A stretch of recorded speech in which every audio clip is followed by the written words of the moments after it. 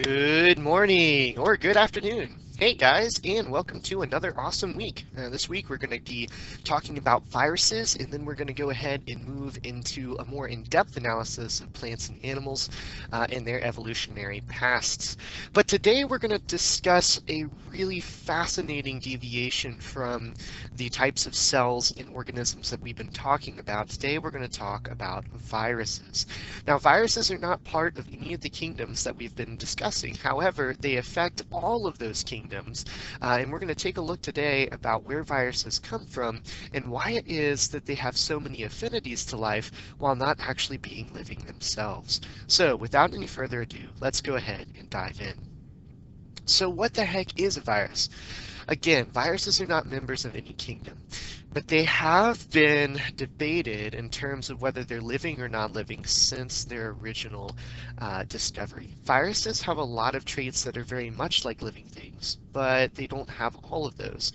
And so it's very confusing to biologists and to anyone else studying them to discover exactly what it is that they are.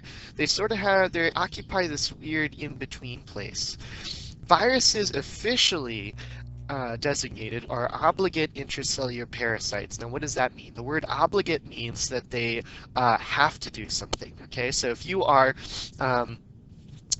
obliged to do something, that means that you are compelled to do it. And not just that, it's a more powerful connotation than that. It means that you kind of have to do it that way. So if you're obliged to pay money to your landlord, it's because you have to pay money to your landlord in order for you to keep living where you're living.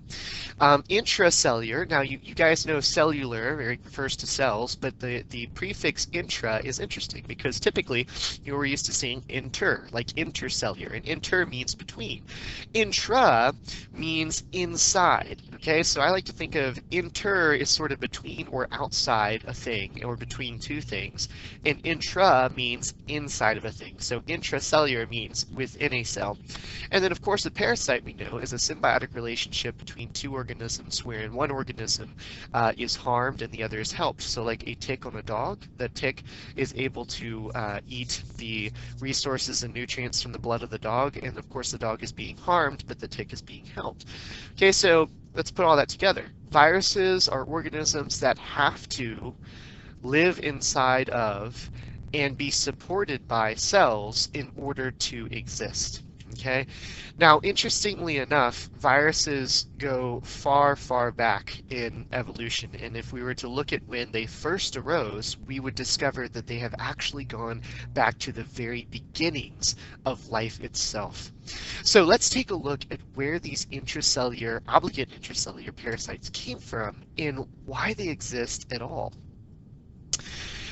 So to start with, I want to first say that there is no definition of life. And we talked about this in the beginning of the year, that biologists don't actually have a definition of a living thing, which you might think is hilarious because you're like, it's biology, it's the study of life. How can you study something you don't have a definition for?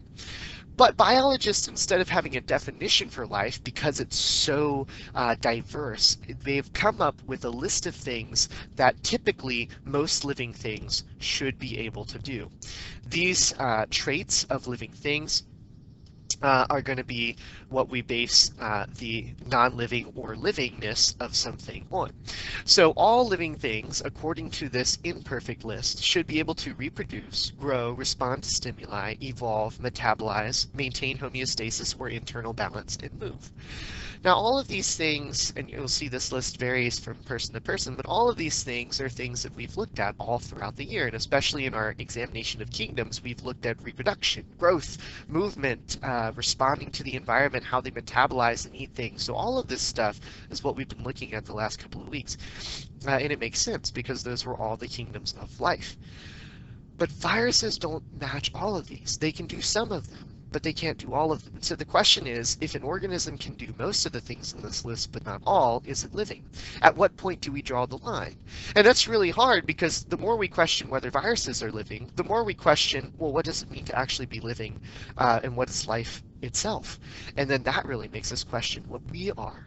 Are we just these accumulations of non-living molecules that are creating this thing, this machine, this biological machine? Does that mean that we're living? What does that mean for life itself? And does that mean that viruses are living or not living? Or is the concept of life and non-life so antiquated, so binary, so old and outdated that it can't even really apply to what we know about life now? It's fascinating to think about this. But viruses do not match all the things on this list. Now, this comes out of how viruses first formed. So a really long time ago, and this is theoretical, this is based on data, this is based on studies that we've done, but of course we weren't living back then, so we don't know exactly what happened. But based off the clues that we have, it seems like early life were replicating molecules. They're like nucleic acids. They were able to reproduce themselves. They were able to work together with some other molecules like proteins to be able to get some stuff done, some basic metabolic functions. But in the beginning, in the giant soup mass of early Earth, there was just a bunch of molecules interacting with each other, chemically bonding with each other due to their chemical affinities, their charges, and all that stuff that we've talked about before, and creating these replicating molecules. And two camps arose out of this replicating molecule war. So natural selection was how did it work in this, and the best molecules, the most fit, the ones that were able to reproduce the best, and the ones that were able to survive to reproduce were beating out all the others, and they were the ones with the best enzyme control and replication and all that stuff.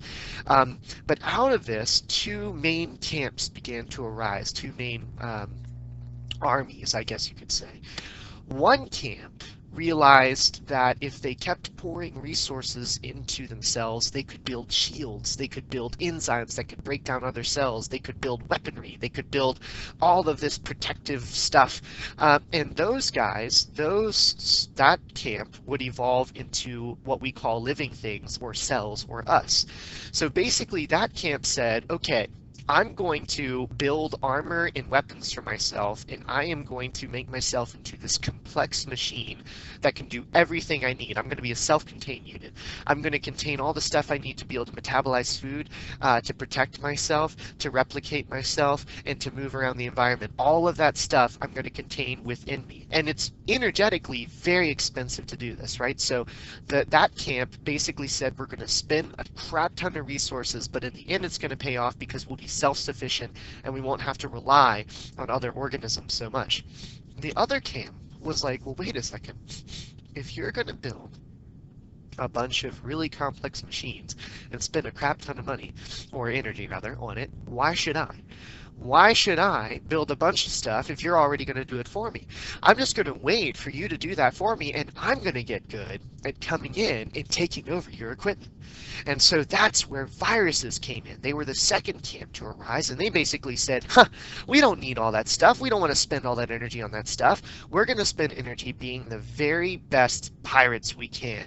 We're going to be able to build all the stuff we need to come in and take over your fancy ships, make you make more of us, and then get out of town and go do our thing, because we don't want to spend all that time and resources trying to make all this complex stuff. And so viruses evolved.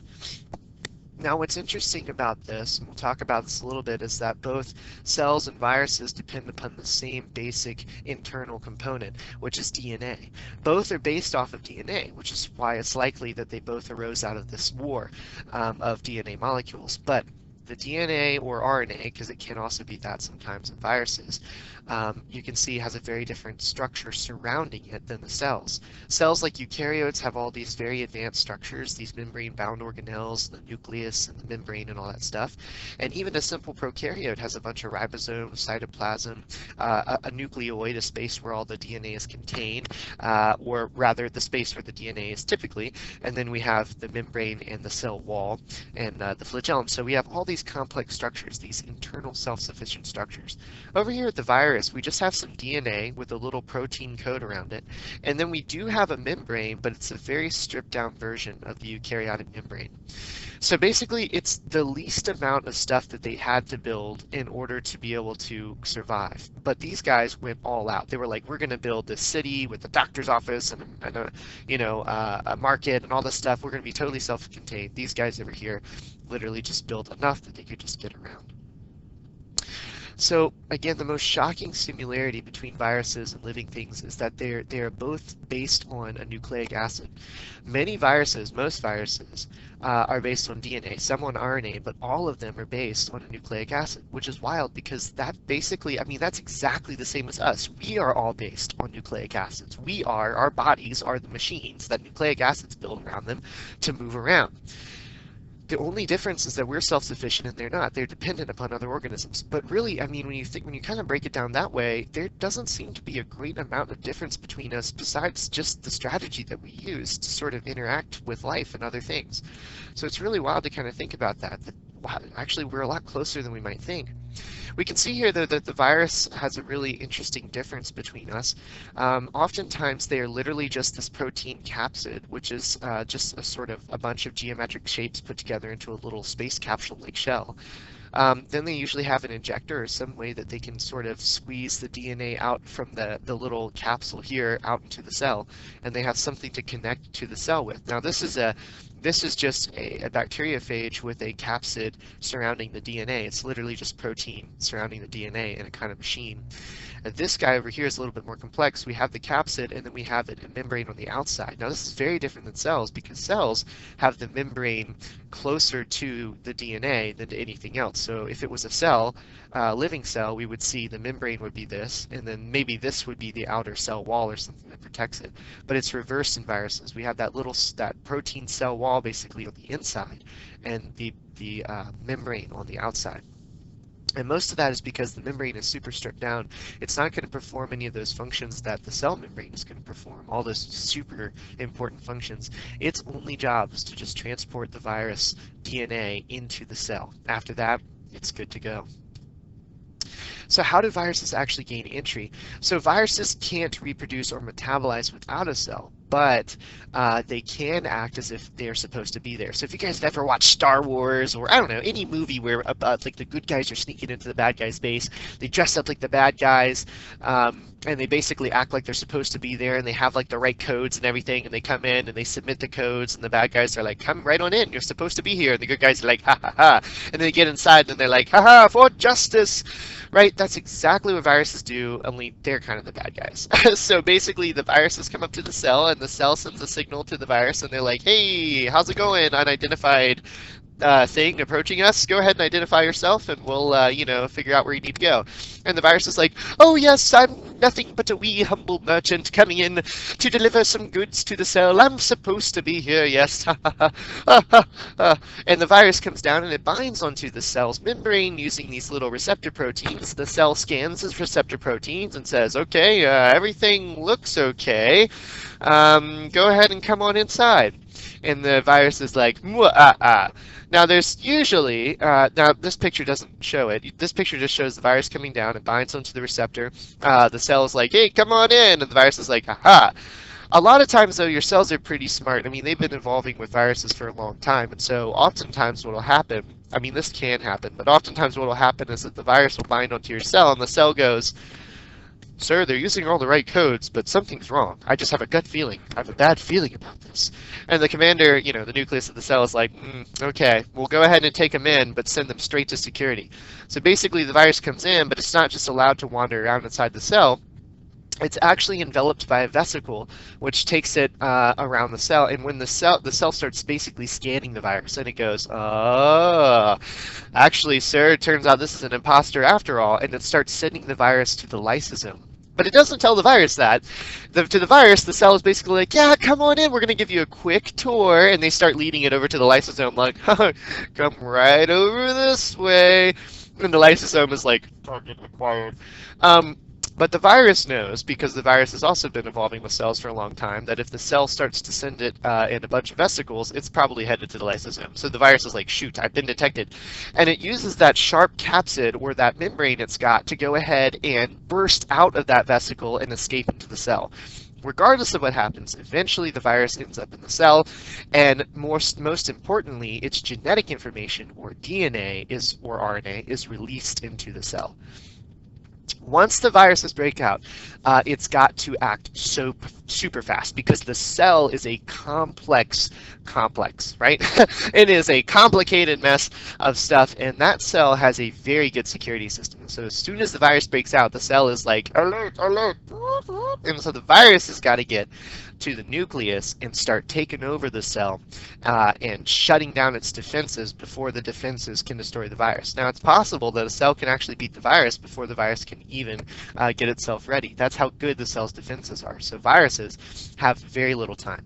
They basically break into the nucleus, and the virus immediately starts activating genes to start shutting down the cell's ability to fight back. So we have this immediate struggle. They're basically shooting all the security guards that are coming at them and trying to shut down the security system. While it's doing that, it basically holds a gun, not really, but it holds a gun to the nucleus head, and it's like, yo, replicate my DNA right now, or we're going to see some trouble. And so the nucleus starts replicating the DNA of the virus, and it creates tons and tons of replicates of the virus's genome. It also starts to make the viral proteins that'll build the capsid. So basically, you can imagine it this way. The virus is basically holding the nucleus hostage, and it's making the nucleus make tons of clones of itself. And it's packaging these clones into their little spaceship capsules and getting ready for their big invasion. So it's basically, like you can see here, tons of virus particles being built up inside the cell. So if the virus is successful and it can defeat the cell's security system and the cell is unable to do anything about it, it enters into what we call the lytic cycle. The lytic cycle is essentially when it builds up a ton of clones of itself inside the cell, assembles them, and then those clones start attacking the walls and the membranes of the cell and eventually bust out of it like Alien from Ridley Scott's Alien movies. And they just like fling out of the cell and then they go infect all the cells around it, right? It's just this really violent destruction of the cell. That's called the lytic cycle, and that's the instant death. But if the cell is able to weaken the virus or is able to kind of get its defenses up in time and reestablish its control, the virus can actually escape from the cell's destruction by hiding inside its genome. Because the virus itself is a nucleic acid, it can slip right into the DNA of the cell and pretend like it's supposed to be there. And the cell will scan and scan, and it's like, I guess it's gone, and it won't see it. So the virus basically waits until the cell is at the right time, so that the cell is healthy, the cell is undefended, the cell is not activating any security measures at all. The virus can burst right back out of the genome and kickstart the lytic cycle, thus reestablishing control of the cell, forcing it to create a bunch of clones and killing the cell anyway. The lysogenic cycle can go on for years before a virus re-erupts. This is not the same thing as cancer re-erupting, by the way. I've had a lot of students ask me, is this the same thing as remission and then cancer coming back after remission? No, because viruses can be related to cancer, but cancer is just unregulated cell growth. There are different causes for that. But in this case, it is possible for someone to have an illness and for that illness to lay dormant for a long time and then come raging back later on because it starts to infect the cells again. So when this happens, it almost always goes straight back into the lytic cycle and kills the cell. So the lysogenic and the lytic cycles are very highly linked. And we can see that here. So we can see the lytic cycle would be where we insert the viral genome into the DNA of the cell. It either starts the lytic cycle right away, making a ton of clones and assembling them, or it hides within the genome, allows itself to be replicated with the rest of the DNA, spreading through the cells, and then eventually goes into the lytic cycle. Now that is the one piece I forgot to mention. When it goes into the DNA, the genome of the cell's DNA, it can actually be replicated during that S phase cycle of the cell's life cycle. So it's ingenious because then every new cell that's created after that has the virus in it. It just doesn't know it. And so the virus can then have a huge scale invasion of tons of cells without ever being detected. So how in the heck do viruses have genetic diversity then? Because if you guys have paid attention to the news and stuff, especially with coronavirus and stuff, viruses evolve very quickly. It makes it very difficult to treat because they can evolve so fast that they can kind of evolve a new form that we don't have a vaccine for, like coronavirus. So how does that happen if they're all copies of the same viral DNA? Because it would seem if they were just clones of each other that they wouldn't have any genetic diversity. But here's the thing. Remember that I said that viruses can't copy themselves, and they do it very quickly and under stress. Remember, they're basically, again, they're holding the nucleus hostage. That's a stressful situation. You're not going to be checking to make sure that you were transcribing or replicating everything exactly right. And so tons of mutations find their way into viral DNA. And those mutations, as we know, can be selected for or against by natural selection. Because their generation times are so short, natural selection can destroy all of the viruses that don't have mutations that allow them to survive, and allow the ones that do have the mutations to survive, to live, and reproduce. And thus viruses can evolve incredibly quickly to outsmart our defenses and the defenses of our cells. So basically it's just a combination of a high mutation rate and natural selection. Sometimes, though, things don't always go well for the virus. So sometimes when the virus tries to be tricky and hide inside the cell using the lysogenic cycle, something goes wrong. Either the cell itself makes a mistake when it's replicating the viral genome and thus makes it impossible for the genome the viral DNA to leave. Or it could be just that the virus itself has accidentally mutated into a form that can't leave the genome. Regardless, what happens here is that a piece of the virus actually literally becomes a permanent part of that cell's genetic code. And that's amazing, because then when the cell goes to actually make genes, it can make the viral genes and actually use those viral proteins for its own functions. Now, when scientists did all their research on the Human Genome Project in the 90s and the early 2000s, what they found was incredible. They found that a lot of our genome, of our human genome, is actually composed of viral DNA that got trapped over time. So our evolution, even as a species, and the evolution of the species of life on Earth just in all the kingdoms, has actually been dependent upon some of this DNA that viruses, that basically living things have trapped and used for their own purposes. What's really wild, though, is not just the fact that we are mostly made out of viruses that have become trapped, but that if you look inside of our DNA, there are actually segments of our DNA that move around like living things. They detach themselves from our genome and they reinsert themselves in other places as if they have minds of their own. And this is very characteristic of a viral genome. We call these transposons. And here's an example of one right here, the Sleeping Beauty transposon, which stays in the genome as a bit of DNA, and then all of a sudden, one day will just sort of pop out of the genome, travel to a different place, and reinsert itself. These reinsertions can cause mutations, very important mutations, that may have driven some of the key evolutions of the human race, and also of just many other species on the planet. These key evolutionary things could have changed certain genes or added viral genes to certain processes that made it possible for us to do things like complex transcription and translation and all this other stuff. So viruses have actually played an incredibly important role in our humanity. If a cell is unable to beat the virus and it knows it's going to be destroyed, it actually has another option. It's not as if the virus is able to take over the cell, that the cell is done and it just can't do anything else. The cell has one final option. This final option is called apoptosis. Essentially what's going to happen is that the cell is going to realize that it's never going to win this battle, and that if it's destroyed, the viruses are going to be released and they're going to infect all of the cell's friends all around it. So basically the cell looks around and says, okay, I'm going to take one for the team. The cell activates a signal that's sent to something called a cytotoxic T cell. It's also possible that the cytotoxic T cell can just go ahead and stumble across an infected cell that's losing the fight. The cytotoxic T cell receives a signal or recognizes the infected cell, and it goes down to it and it binds to it and basically says, sorry buddy, here you go. And it delivers the key bit of information needed for that cell to activate its self-destruct sequence.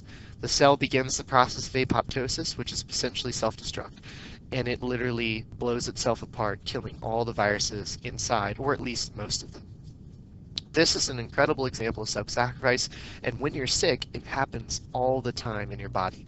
The cells go ahead and blow themselves up to protect all the others. Before they do, they often send signals to the cells all around them saying, be careful, there's a virus here. I've lost to it, but it doesn't mean you have to. Go ahead and start activating your defenses now so that this doesn't happen to you.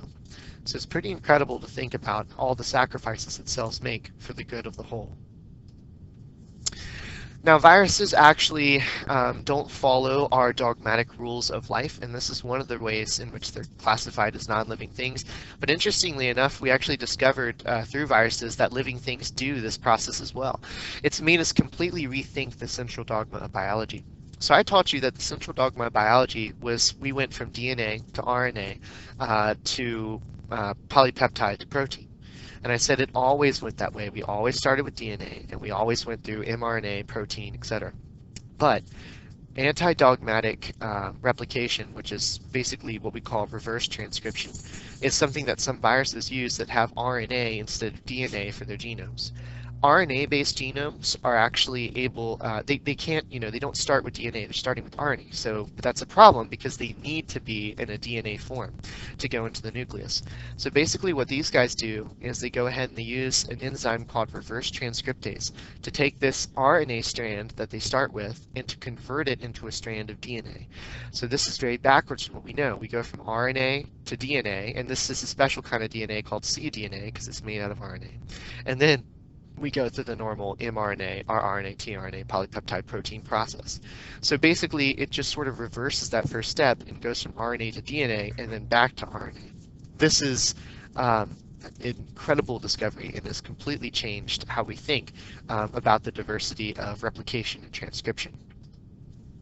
There are many types of viruses. Actually, I have a whole textbook full of types of viruses that I learned about back when I was in college. Many famous types, which we know of, are bacteriophages and influenzas and coronaviruses. They're all defined, regardless of what they are, by what they infect, so the type of host cells, whether they have a DNA or RNA-based genome, so whether they have to do reverse transcription or just do it normally, and how they infiltrate the cells. So do they have a capsid? Do they have a membrane, which we call an envelope in viruses? Do they have both? Do they infiltrate using a receptor protein? Do they infiltrate by actually stabbing themselves into the wall of the cell? All of these things are possibilities and help us, just like in the kingdoms of life, to define what specific kind of virus is attacking and how it's evolved. We know viruses as being mostly pathogens. When we think of a virus, we think of being sick. Although there are some that have beneficial uses. We're going to talk about that.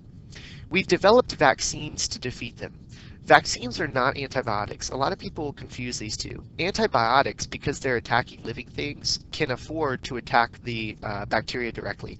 The antibiotics destroy bacteria cell walls, they shut down bacterial replication, etc.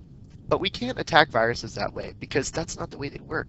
They don't have all the functions of living things like bacteria, and it's not really possible to quote unquote kill them. I mean, you can denature them using heat, but it's a little bit different than bacteria. So instead of that, we try to use our own immune system that's evolved for viruses to our advantage. So again, we've evolved with viruses for so long that we have this very complex immune system. And basically, if we can get that immune system to cut on, we can destroy or have immunity to the viruses. So we use vaccines to do that. That activates all of this, our T cells or B cells, and produces antibodies that allow our bodies to fight back. Vaccines are super misunderstood. A lot of people don't get vaccines for the flu or whatever else every year because of several reasons that I hear constantly. A lot of people I talk to say, I've never had the flu, and I've never had the influenza vaccine once, so I don't need it. Other people say, I got the vaccine and that was the only year I got the flu, so I've never gotten it again. And then other people say it causes autism and all sorts of stuff. All of these things are drastic misunderstandings. Okay, I'm just going to ask you to look it up. Don't just trust me on this. Do some research for yourself to figure out what vaccines really are, because I promise you, what you've been hearing from all these people is not correct. Vaccines are very diverse. In very, very rare instances, a live virus, a replicating virus, will be put into somebody as a vaccine, but that is only in very rare cases where their immune systems are able to handle it. Otherwise, we do not use live viruses. Most of the time, when we use a vaccine, we're just injecting people with the surface proteins that can attach to cells and allow viruses access into those cells. That's it. Okay, those proteins can't replicate, they can't take over the cell. Only the viral genome can do that, and we are very careful not to insert the viral genome into anybody. So the basic idea is to just use the proteins that identify the virus as an enemy and basically tell your cell, hey, if you see this, start making defenses. It's just an easy way for your cell to be able to activate its defenses and to know what to look for without having to be actually attacked. It's really cool. Now, vaccines, the other thing that you'll hear about them, you say, oh, I've never had the flu, I don't need the flu vaccine. Well, actually, that's a little bit selfish and dangerous. Okay, I'm not trying to judge you, but here's the thing. If you don't get vaccinated for the flu, even if you don't get it, you can still carry the virus without knowing it. Okay, so even if you've never shown flu-like symptoms, you probably have actually carried that flu virus. And here's the thing. Other people around you, like infants or elders, can actually catch it from you, even if you don't feel symptoms. Okay, so basically you become a walking infective like bomb. Okay, and as soon as you walk into like a family gathering or something and you've got that virus on you and your family members are not inoculated against it, they are going to catch it from you even though you don't know you have it. Okay, so what we call this herd immunity. Okay, humans are herd animals. We hang out in groups. Basically, if you get vaccinated, it makes sure that your body can destroy the viruses that are inside you, whether or not you're feeling their effects, and can make it so that you can protect your family members and your loved ones. It's very, very important. Okay, now the other thing about viruses that I said earlier was that people will say, oh, it's the only time I've ever gotten sick, or I always feel terrible after I get a vaccine. Well, duh, because when you get a vaccine, it's basically, it is like, what do you call this? Simulating. It's simulating a viral infection. So basically your body is like, oh gosh, these are the flags I need to look for. I'm going to activate my defenses. Part of your body's defenses are inflammatory responses. That basically mean that your body is going to feel achy and painful and all that sort of stuff. It can also be possible that your body has already been infected by the virus and you don't know it. When you get the vaccine activates these defenses and then you start to actually feel the effects of what's happening. But they're still very important because they're going to help to mediate those effects. Especially if you get it within time, it can really help to dampen those symptoms of the virus if you actually get it. Okay, so I know it might be uncomfortable, but that uncomfortability is coming at a much higher benefit of protecting those around you and also taking the edge off of the virus if it hasn't already infected you. Okay, the third thing about autism is completely untrue. Okay, autism it's not caused by viruses. There is no causal or even correlative link between the two. The research study that showed that got viral on the internet, pun intended, was done by a scientist who had lost his accreditation. That scientist basically made this paper and propagated this as a way to make money and to basically be respected by a community that didn't understand science. Scientists who look at him and his work detest what he is doing and have renounced him multiple times. He is no longer respected in the scientific community, and yet he continues to make thousands upon thousands of dollars every year by preaching this anti-vaccine message to people who are more than willing to pay for his lectures without knowing that he is tricking them in the most awful way. So please, the people that believe this and the people that believe all this stuff about anti-vaccination, I'm not saying that they're bad, I'm not saying that they're evil. They're trying to protect their kids. Not the doctor. The doctor, obviously, or the scientist who did that study is obviously not trying to protect anybody, except for himself, maybe. But these people who don't vaccinate are not evil. And I'm not saying that if you don't vaccinate, you're evil. Okay, but what I am saying is that a lot of this is based off of misconceptions. And honestly, I really want you to have a serious thought. Really sit down and think about how important it would be just to make sure that your grandma or your baby cousin or something doesn't get harmed by a virus that could have been preventable if you had a vaccine. Okay, and it sounds like a guilt trip, and maybe partially it is. Maybe that's an okay thing, because honestly, herd immunity is really important, and especially in today's climate, with the overabundance of people in a very small number of places, it's really, really important to think about, okay? So I just want you to kind of keep that in mind. Okay, viruses are not all bad though. Yeah, they do kill thousands of people every year, and right now we're going through a pretty scary pandemic, but sometimes they're also responsible for a bunch of the oxygen in our atmosphere. They can actually work together with protists like algae to increase the efficiency of photosynthesis. They also might be an alternative solution to the problems we've been having with bacteria who've evolved resistance to antibiotics. We could actually use bacteriophages to destroy these bacteria without having to introduce antibiotics or antibiotic resistance into the bacteria. This could be the future of medicine, to inject people with viruses that won't kill any of their other cells, but will destroy the infections of bacteria inside of them. I hope that you guys have enjoyed learning about viruses. And I hope you guys enjoy looking into the debate whether they're living or non-living. Regardless of how we classify them, I just want to come back and say this. We wouldn't exist without them. Viruses are not all bad. In fact, they have been evolving and working together and against us for thousands upon thousands of years, billions of years actually. It's really, really important that we keep them in context and perspective. Just like everything else in the world, there's bad about them, but there's also good. And we're living with them and we're stuck with them, like it or not. So if we're stuck with these guys, we might as well just learn how to be able to live with them and reduce the bad impacts they have on us while increasing the good. That means we're really going to have to change how we live. And I think this pandemic is really showing us that if we're serious about living on this earth for a really long time, we're going to have to come to grips with the fact that we're living on this earth with things that can kill us. And in order to be able to continue to survive, we're going to have to change how we do things in order to adjust to them. They're not always going to be able to be controlled or adjusted to us.